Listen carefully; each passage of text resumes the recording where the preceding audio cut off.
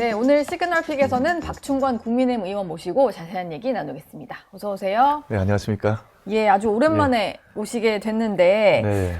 당내 상황부터 좀 여쭤보겠습니다. 예. 송원석 비대위원장이 어제 안철수 의원을 혁신위원장에 내정을 했는데요. 의사 출신이다 보니까 예. 지금 국민의힘 상황을 이제 코마 상태, 혼수 상태다 이렇게 진단을 하고 내가 메스를 들겠다 이렇게 얘기를 했어요. 네. 좀 기대를 하고 계시나요? 당에서는?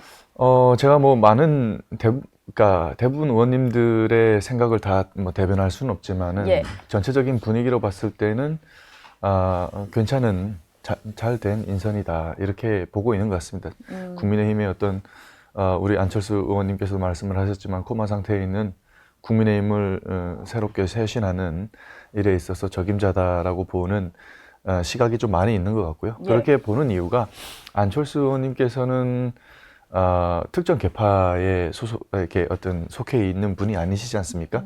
그래서 이제 지난 시기에 국민의힘의 어떤 여러 가지 계파, 그러니까 뭐 그 속사정은 어떨지 모르지만 겉으로 보여지기에 보이는 그 계파 정치에 대한 어떤 것들 이런 것들에서도 자유롭고 예. 그리고 또 원내 사선 중진 정치인으로서 원내에서 여러 의원님들과의 소통도 원활하고 그래서 조직이라는 것에 대한 어떤 경륜과 지식 이런 것들을 많이 갖추신 분이다. 그리고 또 수도권 중진 정치인으로서 지난 우리 대선 기간 동안에 국민의힘이 그 중도층에게 소구되지 못한 부분들에 대해서도 중도층의 어떤 민심을 회복할 수 있는 그런 또 계기로도 작용하지 않을까 이런 예. 생각을 해봅니다. 근데 안철수 혁신위원장이 만든 혁신안이 수용되는 게 중요한데 그렇습니다. 예. 지난번에 한번 김용태 비대위원장의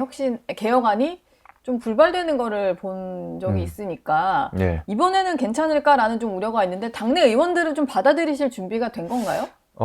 제 생각에는 받아들일 준비들이 되어 있는 것으로 저는 알고 있고요. 예. 그래서 당에서 사실은 뭐 개혁을 원하는 분들과 그렇지 않은 분들이 있는 것으로 비춰지고 있는 부분이 있는데 사실상 당의 쇄신과 개혁을 원하지 않는 사람은 저는 그렇게 많지 않다고 봅니다. 네. 대부분은 개혁을 원하고 있는 것이고 그런데 그 개혁안이 어떤 것이냐에 따라서 찬반 의견은 있을 수 있다. 예. 그러나 이제 개혁을 받아들일 준비들은 다 되어 있기 때문에 안철수 의원께서 정말 당의 쇄신과 개혁에 아주 적절한 어떤 대안들을 마련하실 경우에는 아마 받아들여지지 않을까.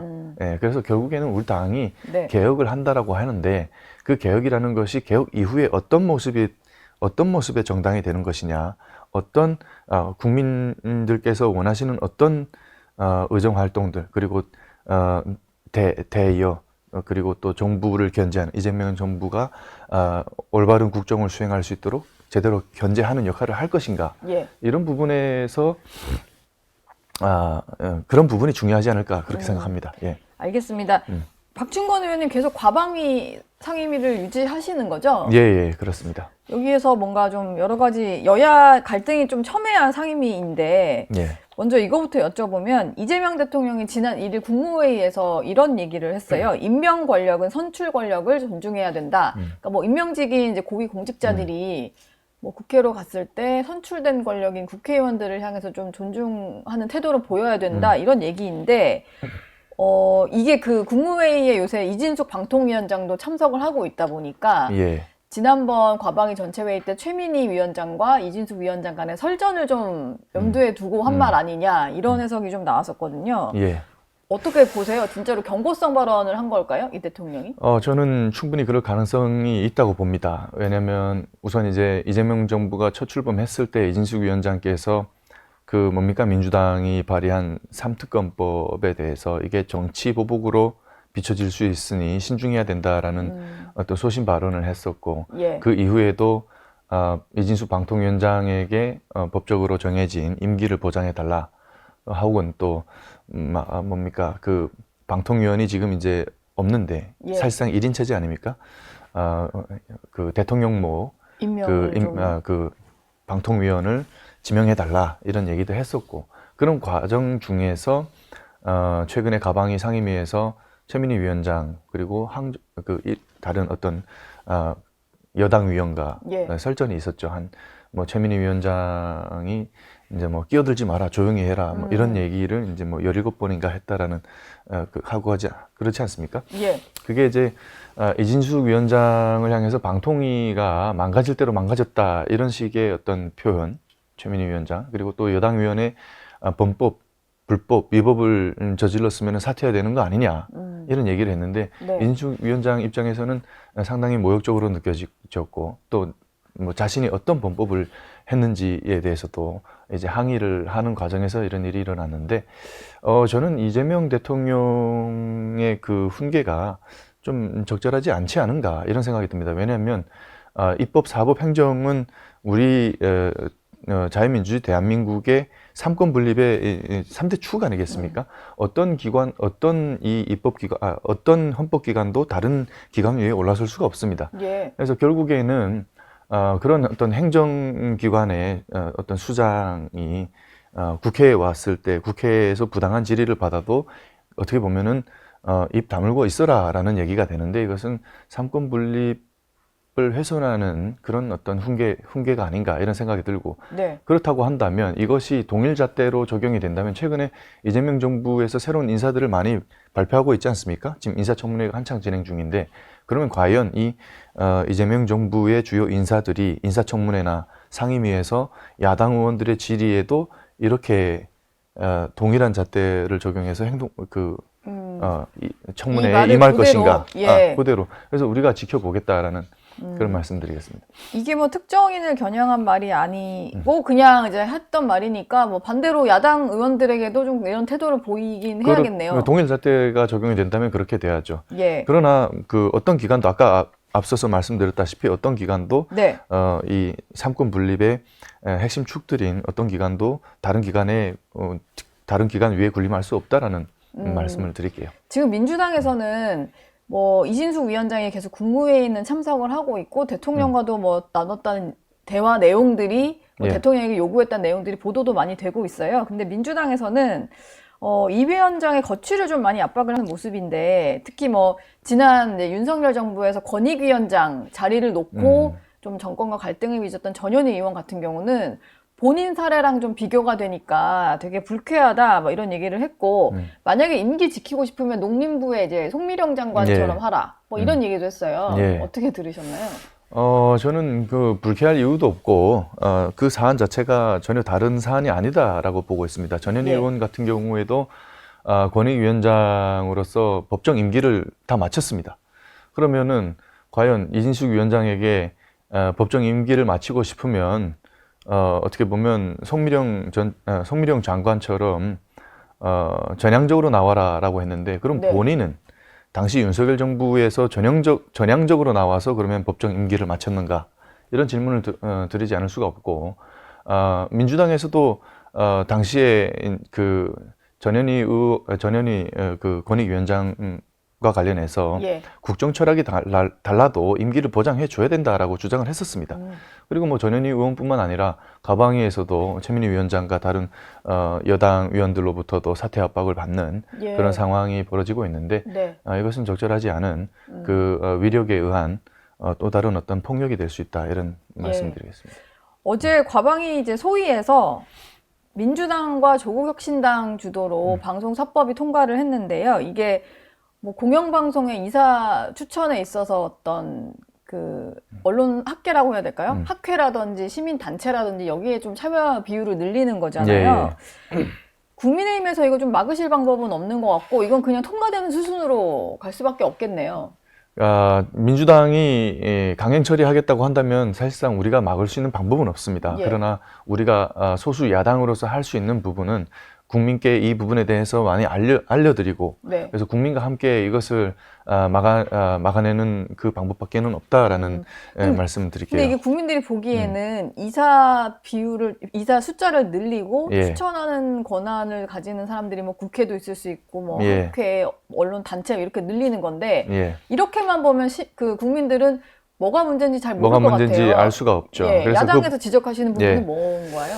그래서 그 부분에 대해서 우리가 이제 국민께 더 이 문제점들, 이 위헌 소지, 이 법안들의 위헌 소지에 대해서 더 많이 알리는 노력들을 해야 된다라는 말씀을 우선 드리겠고, 그래서 예. 지금 아마 이 시간에도 하고 있을 겁니다.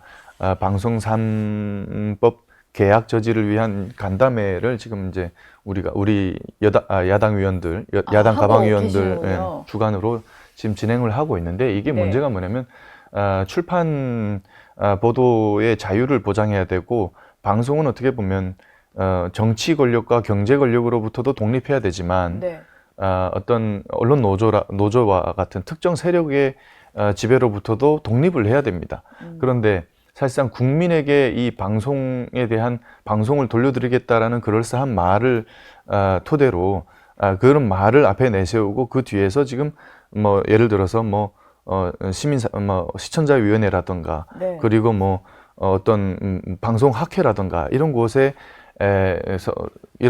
이사를 추천할 수 있게 한다라는 것인데, 결국에는 이 어떤 시청자위원회도 노사동수 편성위원회라고 있지 않습니까? 이 네. 위원회가 시청자위원회를 결정을 하게 되고, 또 방송학회 같은 경우에도 이제 언론노조 출신들이 많이 관여되어 있는 그런 단체들이기 때문에 예. 사실상 이것은 언론노조에게 방송 권력을 넘겨주는 일이 되는 것이다. 그래서 민주당에 유리한 방향으로 공영방송을 영구장악하겠다라는 것인데, 여기에서 멈추는 것이 아니고, 심지어는 지금 이제 케이블 TV 같은 민영방송에도 보도 편성 그리고 경영에까지도 노사동수 편성위원회가 개입을 하게 되는, 네. 이것을 이 위원회를 설치하지 않으면은 형사처벌하겠다라는 그런 조항까지 넣어서 결국에는 민영방송까지 통제하려고 한다라는, 그것이 이제 민주당의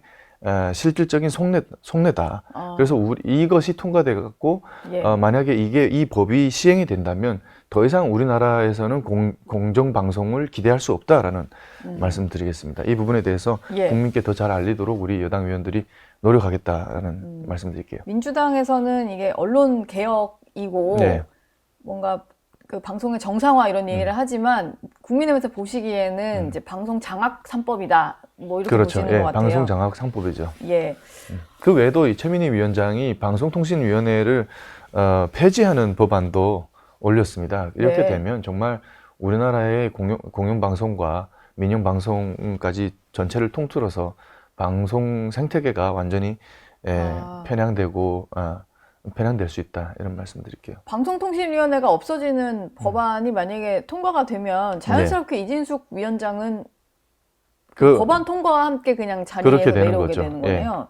그게 이제 사실상 방송통신위원회를 없애고 새로운 기관을 설치하겠다고 하는데, 과연 그것이 어떤 의미가 있는가? 예. 기존에 있는 기관을 없애고 새로운 것을 설치한다는 것은 이거는 상식적으로 말이 안 된다고 보고 있습니다. 예. 뭐 민주당이 또 밀어붙이고 있는 게 김민석 국무총리 후보자의 인준 표결. 예. 오늘 본회의에서 처리할 방침인데 뭐 인준 결과는 달라질 수는 없을 것 같고요. 국민의힘에서는 좀 어떻게 대처를 하실 생각인지 궁금해요. 이것도 그냥 계속 여론전을 하시겠다 이런 구상인가요? 예, 이것에 대해서 이번에도 사실 이 인준 관련해서는 과반수 이상 찬성하게 되면 통과되는 것 아니겠습니까? 네. 민주당 단독으로도 통과시킬 수 있는 것이고, 그래서 사실상 숫자로 밀어붙이면 국민의힘에서는 할 수 있는 방법이 없다. 그래서 국민들께 이 부분에 대해서 많이 알려드리고, 이것이 잘못된 점에 대해서 지적하고 결국엔 국민과 함께 저항할 수밖에 없는 그런 상황인데, 문제는 지금 우리 당이 국민께 어떤 설득력을 갖지 못하는 그런 부분이 이제 문제가 되겠습니다. 그래서 이런 부분을 안철수 혁신위원장의 혁신위원회가 당을 좀 쇄신함으로써 국민께 좀 더 소구력을 가질 수 있는 네. 그런 당의 모습을 갖추어 나가는 것도 아주 지금 시급한 상황이다라고 보고 있습니다. 사실 지금, 예. 말씀하십시오. 인사청문위원은 아니셨는데 예. 박준건 의원이 그래도 별도로 뭐 기자회견도 여시면서 아, 김민석 후보자와 관련해서는 여러 가지 좀 문제 제기를 하셨던 것 같아요. 박준건 의원이 보시기에 김 후보자의 가장 큰 문제는 뭐라고 생각하세요? 저는 이제 가장 큰 문제점은 우선 이제 도덕성 문제점이 있죠. 근데 이게 네. 단순히 도덕성 문제점이 아니라 범죄 혐의와 관련된 문제란 말이죠. 이게 범죄 혐의 소지가 있는 부분에 대해서 그것이 깔끔하게 해소가 되지 않는 상황에서 지금 총리를 임명하겠다라는 것이 이제 문제가 되는데, 이렇게 된다면은 우리 이 이재명 정부의 어떤 도덕성이 정말 이재명 정부가 들어와서 우리 국가가 행정부의 도덕성이 정말 바닥을 치고 있는 것이 아닌가. 그래서 공직사회의 윤리 기준이 무너지게 되면은 더 이상 이것은 이제 피해는 다 국민께 돌아간다는 것이고, 예. 두 번째로는 김민석 총리 후보자의 자질 문제와 관련된 것인데, 인사청문 과정에서도 보셨겠지만은 우리나라의 정부 예산이 얼마인지, 673조가 되는 정부 예산이 얼마인지 그것에 대한 감도 없었고, 네. GDP 대비 국가부채 비율이 얼마인지에 대해서도 감이 없었습니다. 예. 20-30% 되지 않나요? 이렇게 얘기를 했는데, 네. 이런 기본적인 상식도 없는 분이 과연 그럼 이번에 진행이 되고 있는 이 2차 추경 예산안은 과연 그러니까 GDP가 아니라 정부 예산의 몇 프로 정도가 추가로 되는 것인지에 대한 감도 없는 것 아니겠습니까? 네. 그리고 국가부채 비율도 얼마인지 감이 없는 분이 처음으로 시행하려고 하는 정책이 직장인 점심값, 반값 제공하는 그런 정책을 추진하겠다라고 하는데, 이것은 물론 이제 직장인들께서 물가가 많이 올라서 점심을 사 먹는 것이 많이 어려울 수는 있습니다. 네. 그러나 정말 능력 있는 총리 후보자, 그리고 민생을 책임진 행정부 일선 수장이라고 한다면 그 밥값을 지원해 주는 것이 아니라 예. 우리 경제를 어떻게 하나 더 잘 살려서 더 잘 경제가 되게 해서 직장인들이 더 많은 월급을 받을 수 있게 하는 방안을 고민하는 것이 저는 적절한 그러니까 총리 후보자로서의 어떤 자세가 아닌가, 예. 이렇게 보고 있습니다. 그리고 또 이제 탈북민 단체들과 함께 기자회견 하셨던 거는 김 후보자가 이제 본인의 어떤 논문에서 탈북민들에 대해서 밤도자, 도북자 이런 표현을 쓴 거에 대해서 좀 얘기를 하셨는데, 이게 탈북민들이 들으시기에는 이건 어떤 표현인 건가요? 이게 탈북민들에게는 상당히 많은 탈북민들이 이 사안과 관련해서 분노하셨고, 예. 그리고 그 많은 탈북민들에게 큰 상처를 준 사안이다라고 저는 보고 있습니다. 네. 여기 특히나 반도자, 도북자라는 용어를 씀에 있어서 더 이제 심각한 것이 반도자라는 것인데, 이 반도자라는 것은 배반할 반에 도망할 도자입니다. 그래서 조국을 배신하고 도망친 사람들이라는 표현인데, 사실 그 어떤 사람들에게 대한 호칭은 그 호칭 그 자체로 규정하는 효과가 있습니다. 낙인 효과가 있어요. 낙인 효과가 있는 거예요. 네. 그런데 지금 탈북민들은 자유를 찾아서 자유민주주의를 선택해서 목숨 걸고 대한민국에 정착을 하지 않았습니까? 네. 근데 이것만으로 끝이 아닙니다. 이분들은 아주 새로운 환경에서 적응하기 위해 갖고 정말 여러 가지 사회적인 편견과 어려움들을 극복해내기 위해서 하루하루 정말 악착같이 노력하고 있단 말이죠. 예. 이런 분들에게 또 다른 낙인을 찍은 것입니다. 더 어렵게 만든 것이고요. 그리고 이제 궁색하게도 이 표현을 쓴 것에 대해서 어떤 취지로 썼느냐라고 하니까 이게 잘못된 거 아니냐라고 지적을 한다는 얘기가 중립적인 의미에서 사용했다라고 하는데, 과연 반도자가 어떻게 중립적인 의미인가, 누구와 누구 사이에서 중립적인 의미로 사용했다는 것인가라는 말씀 드리지 않을 수가 없고, 네. 또한 뭐 예시로 드는 것이 애인도 다양한 언어로 부르지 않느냐, 같은 의미다라고 얘기를 하는데, 어떻게 사람들이 자기 애인에게 사랑을 듬뿍 담아서 표현하는 애칭하고 이게 같은 의미로 비교가 될 수 있는가? 예. 이런 정말 뻔뻔하고 네. 정말 그런 해명이 아닌가, 그렇게 생각합니다. 이게 번역 용례였다라고 해명을 했는데, 논문 한글 원고 공개하라는 요청에 공개 아직 안 한 거죠? 공개 아직 안 했죠. 예. 이 공개에 응하지 않을 거라고 생각을 하고요. 번역 과정에서 용례로 사용된 거다라고 하는 것인데, 네.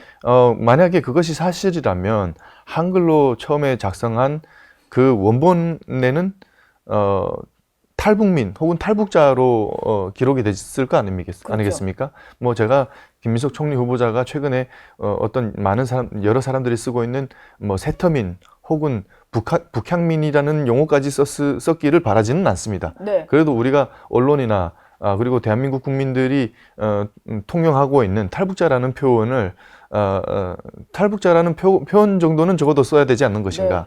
이런 의미에서 이제 우리가 요청을 했던 것이고요. 그게 사실 제일 중립적인 예, 표현이니까. 왜냐면은 이게 네. 탈북민들은 자신들을 부르는 그 호칭에 상당히 민감해요. 아까도 말씀드렸다시피 이게 규정하는 효과가 있기 때문에, 낙인 효과가 있기 때문에 예. 상당히 민감한데, 이런 것들을 의식하신 여러 인사들께서 뭐 다른 의미로 한번 불러보자 해서 뭐 세터민이라는 용어도 도입을 해봤고, 그리고 북향민이라는 용어도 써봤고, 이런 네. 것들이 있지 않겠습니까? 예.